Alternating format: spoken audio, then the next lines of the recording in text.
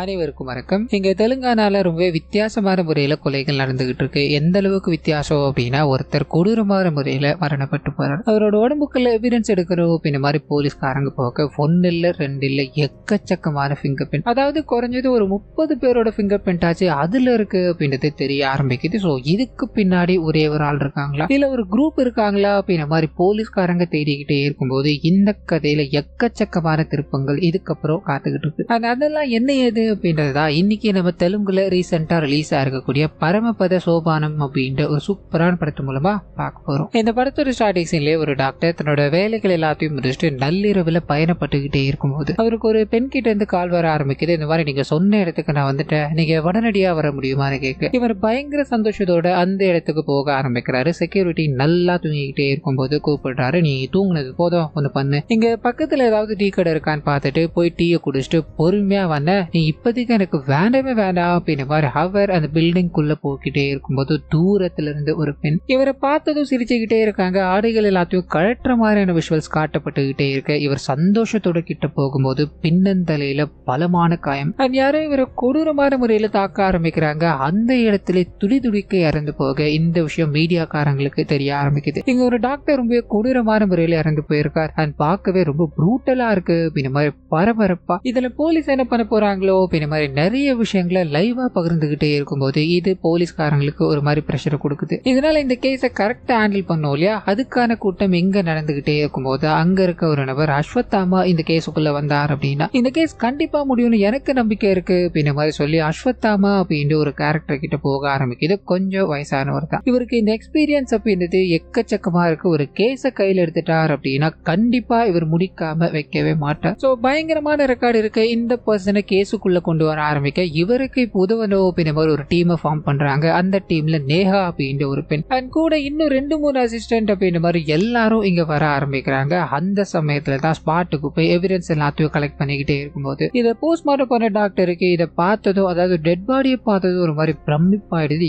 என்னங்க இவ்வளவு கொடுமைப்படுத்தி சாகடிச்சிருக்காங்க, என்னோட வாழ்க்கையில நான் நிறைய பிணங்களை பார்த்திருக்கேன், ஆனா இந்த அளவுக்கு ப்ரூட்டலா நான் பார்த்ததே கிடையாது அப்படின்ற மாதிரி சொல்லிட்டு இறந்து போனவரோட பின்னும் தலையில பயங்கரமான காயம். அது மட்டும் இல்லாம அவரோட முதுகு தண்டு இருக்கு இல்லையா, அது அப்படியே உடைக்கப்பட்டிருக்கு. ஒவ்வொரு அடியிலும் அவர் வலியை உணரணும் அப்படின்றதுக்காகவே தான் அவரை சாகாம இந்த வலிகள் எல்லாத்தையும் கொஞ்சம் கொஞ்சமா கொடுத்து முடிவுல தான் அவரை சாகடிச்சிருக்காங்க. சோ இதை பண்ணவங்க லிட்டரலி ஒரு சைக்கோபேத்துக்கு இரையானவங்க அப்படின்னு மாதிரி இந்த கேஸ்ல இன்னொரு விஷயத்த சொல்ல ஆரம்பிக்கிறாங்க. அது என்ன அப்படின்னா, அந்த இடத்துல எங்களுக்கு ஃபிங்கர் பிரிண்ட் கிடைச்சதுன்னு சொல்லும் போது போலீஸ்காரங்களுக்கு சந்தோஷம். கொலை பண்ணவனா இருக்கும் அப்படின்ற மாதிரி இந்த ஃபிங்கர் பிரிண்ட கேட்கலான்னு போகும்போது அங்கதான் ஒரு பிரச்சனையே. இங்க ஒண்ணு கிடையாது, கிட்டத்தட்ட 30க்கும் மேற்பட்ட ஃபிங்கர் பிரிண்ட், அதுவும் அவங்களோட வலது கைரேகை மட்டும்தான் இருக்கே தவிர மிச்சம் எந்த விதமான ஃபிங்கர் பிரிண்டும் பதியவே கிடையாது. இதனால குழம்பி போறாங்க. இதுக்கு முன்னாடி இந்த கைரேகை எங்கேயாவது பதிஞ்சிருக்கா அப்படின்ற மாதிரி ஃபுல்லா செக் பண்ணி பார்க்கும்போது எங்கேயுமே அது இல்ல அப்படின்ற விஷயம் தெரியுது. அந்த சமயத்துலதான் சிசிடிவி கேமரா ஃபுல்லா செக் பண்ணிக்கிட்டே இருக்கும்போது கரெக்டா அந்த பில்டிங்கோட செக்யூரிட்டி இருக்கா இல்லையா, அவரை ஒரு முகம் தெரியாத நபர் அங்கிருந்து வண்டியில கொண்டு போயிட்டு இருக்காரு அப்படின்ற விஷயத்த பாக்குறாங்க.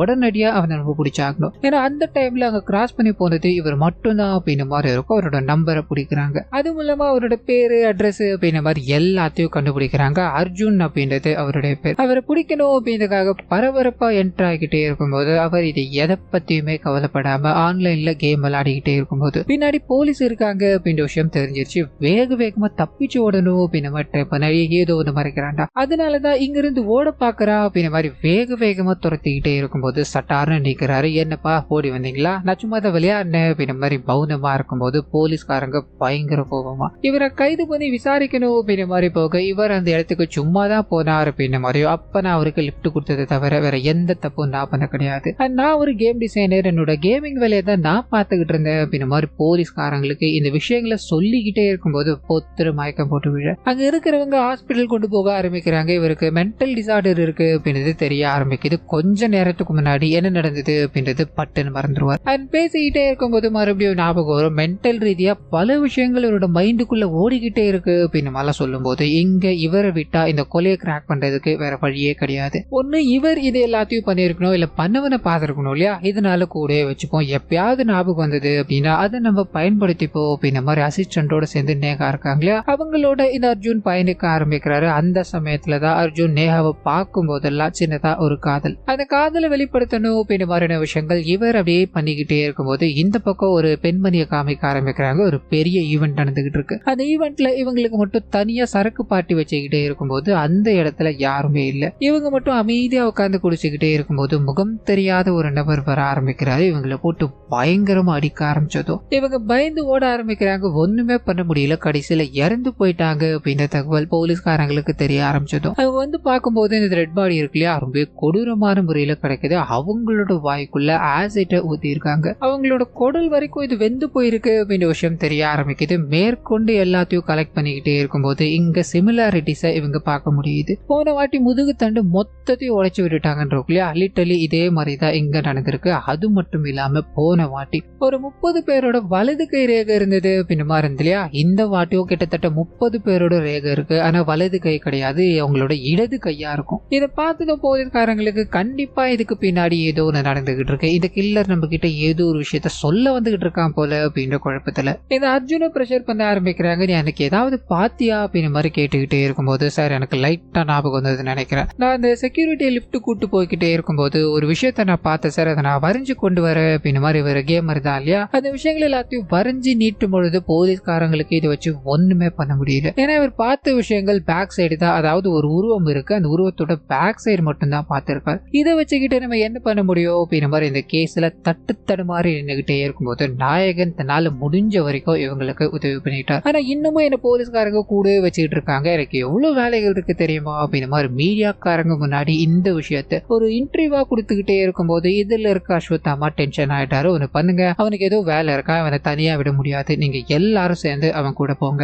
இங்க இருக்கிற விஷயங்கள் எல்லாத்தையும் நான் பாத்துக்கிறேன்னு சொல்லும் போது இவங்க போற இடம் எது அப்படின்னா கோவா. காரணம் என்ன அப்படின்னா நாயகன் கேமிங் டிசைனர் தான் இல்லையா, அவரோட கேம் ஒன்று லான்ச் பண்ணணும் அப்படின்ற மாதிரியோ பிரசன்டேஷன் கொடுக்கணும் அப்படின்ற மாதிரியோ வந்திருக்காரு. இதுக்கு நடுவுல கூட வந்தவங்க நம்ம வந்த இடம் கோவா, நம்ம மௌனமா போனோம் அப்படின்னா கோவா வந்ததே வேஸ்ட் ஆச்சாடா அப்படின்ற மாதிரி அங்க பார்ட்டிகிட்டே ஜாலியா இருக்கும்போது எங்க நாயகன் ஒரு பக்கம் நேகாவை கரெக்ட் பண்ணணும் அப்படின்ற மாதிரியோ இன்னொரு பக்கத்துல பிரசன்டேஷனுக்குள்ள போக ஆரம்பிக்குது. இவர் பரமபத சோபனம் அப்படின்ற ஒரு கேம் அங்க இருக்க இன்வெஸ்டருக்கு பிரசன்டேஷனா கொடுக்க ஆரம்பிக்கிறாரு. பரமபத ஆட்டம் மரியாதை இந்த கேம் இருக்கு, ஆன்லைன் கேம் அண்ட் ஒவ்வொரு டிசைனும் யூனிக்கா இருக்கு அப்படின்ற விஷயங்கள் அங்க பாக்குற எல்லாருக்குமே பிடிச்சி போயிடுது. இது அடுத்த கட்டத்துக்கு கொண்டு போகலாம் அப்படின்ற மாதிரி முடிவு பண்ணிட்டாங்க. சோ இந்த விஷயத்த அர்ஜுன் அங்க இருக்க எல்லார்கிட்டயுமே சொல்லி பார்ட்டிக்கு கூட்டு போய்கிட்டே இருக்கும்போது எல்லாரும் பார்ட்டியை என்ஜாய் பண்ணிக்கிட்டே இருக்கும்போது இதுக்கு நடுவுல நேகாக்கும் இவருக்கும் காதலே உருவாயிடுச்சு. சோ இவங்க ரெண்டு பேரும் ரொமான்டிக்கான விஷயங்களுக்குள்ள போகலாம் ட்ரை பண்ணும்போது பட்டன் அர்ஜுன் ஏதோ ஒரு நபரை பாக்குறாரு. இவன் தான் அது அப்படின்ற மாதிரி வேகமா, அதாவது இவங்க எல்லாரும் இருந்தாலும் எல்லாரையும் புறக்கணிச்சுக்கிட்டு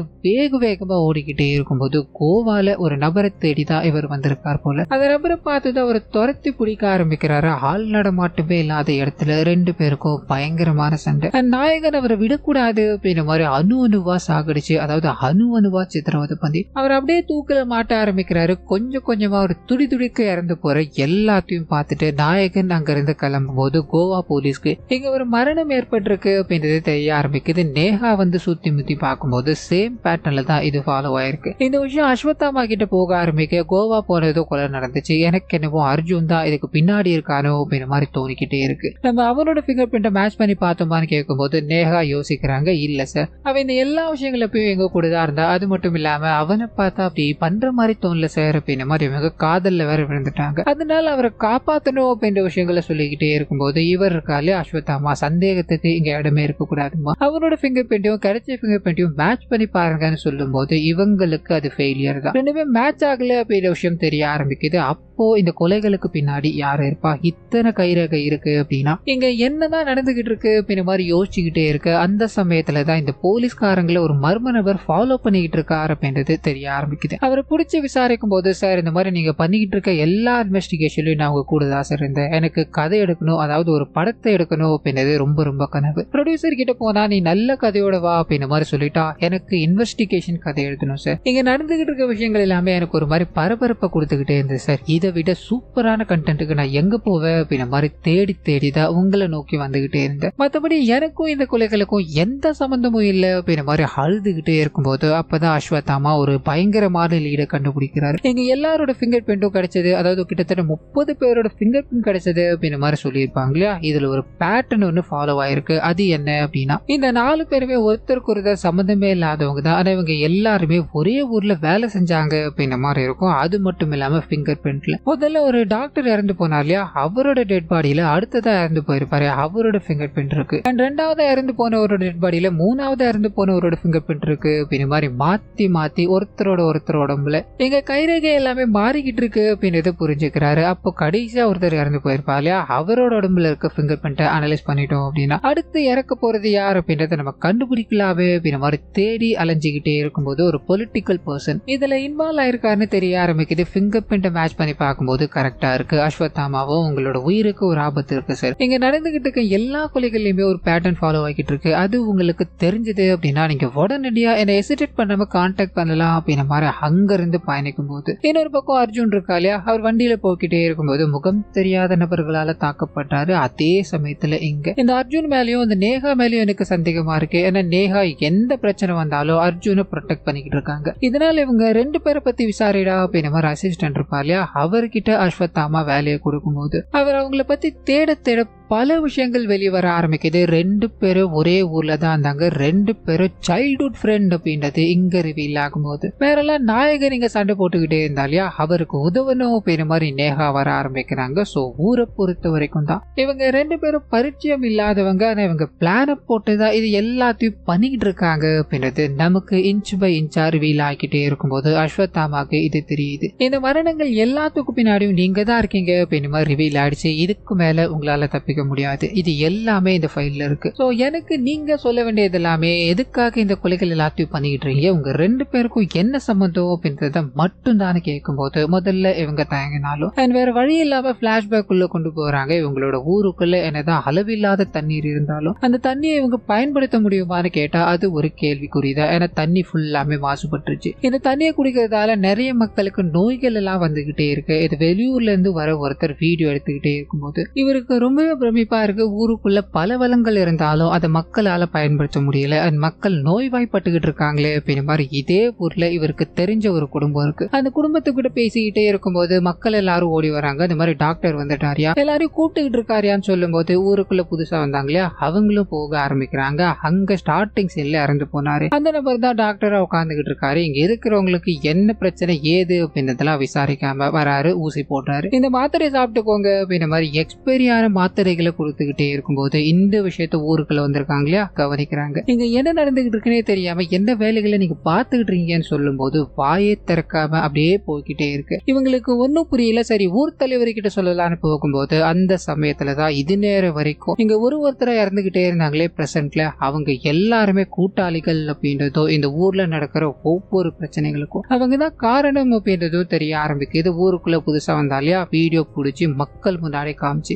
இந்த ஊருக்குள்ள என்ன நடந்துகிட்டு இருக்கு அப்படின்றத ரிவீல் பண்ண ஆரம்பிக்கிறாரு. தண்ணி மாசுபட்டு போச்சு, இதனால தண்ணியை ஃபில்டர் பண்ணி குடிக்கணும் அப்படின்ற மாதிரி கவர்மெண்ட்ல இருந்து ஒரு ஸ்கீமே வந்திருக்கு. ஆனா இந்த ஸ்கீமை ஊருக்குள்ள வரவிடாம இவனுங்களே மொத்தமா முடிச்சு விட்டானுங்க. அதாவது இவனுங்களே ஷேர் பண்ணி எடுத்துக்கிட்டானுங்க. அது மக்கள் எல்லாத்துக்குமே ஆல்மோஸ்ட் கிட்னி ஃபெயிலியர் ஆயிடுச்சு. இதனால அவங்க டயாலிசிஸ்க்கு ஒரு மிஷின் இருக்கு, அது மூலமா தான் உயிர் பழைக்க முடியும் அப்படின்ற மாதிரி ஒரு சூழலை தள்ளிடுறாங்க. அந்த மிஷினை வாங்கணும் அப்படின்னா அதுக்கு பல லட்சங்கள் செலவாகும். சோ இங்க இருக்கிற மக்கள் எல்லாத்தையுமே ஒரு மெடிக்கலுக்கான இன்வெஸ்ட்மெண்டா தான் பாத்துக்கிட்டு இருக்காங்க அப்படின்ற மாதிரியும் மக்கள் எல்லாரோட கஷ்டங்களுக்கும் அது 4 பேர் தான் காரணம் அப்படின்ற மாதிரி அங்க இருக்க எல்லாத்துக்கிட்டையுமே சொல்லி இதுல இருந்து நீங்க வெளியில வரணும் அப்படின்னா ஒரே ஒரு வழிதான் இருக்கு. ஏன்னா இவங்க கவர்மெண்ட் கொடுத்த எல்லாத்தையுமே இவங்க கிட்ட கொண்டு போய் சேர்க்காம மக்களை ஏமாத்திக்கிட்டு இருக்காங்க. நீங்க ஸ்ட்ரைட்டா கலெக்டர் ஆபீஸ்க்கு போங்க, அங்க நம்ம மொத்தமா போய் நின்னோம் அப்படின்னா கண்டிப்பா ஆக்ஷன் எடுக்க வாய்ப்பு இருக்கு அப்படின்ற மாதிரி எல்லாத்தையும் வண்டியில கார்ல அப்படின்ற மாதிரி கூப்பிட்டுக்கிட்டு இவங்க பயணிக்க ஆரம்பிக்கிறாங்க. இந்த விஷயங்கள் தெரிஞ்ச அந்த வில்லன் கேங் அவனுங்க உயிரோட இருக்க கூடாதுரா, அவனுங்களை மொத்தமா சாகடிச்சிருங்க அப்படின்ற மாதிரி ஆளுங்களை அனுப்பும் போது பஸ்ல இருந்து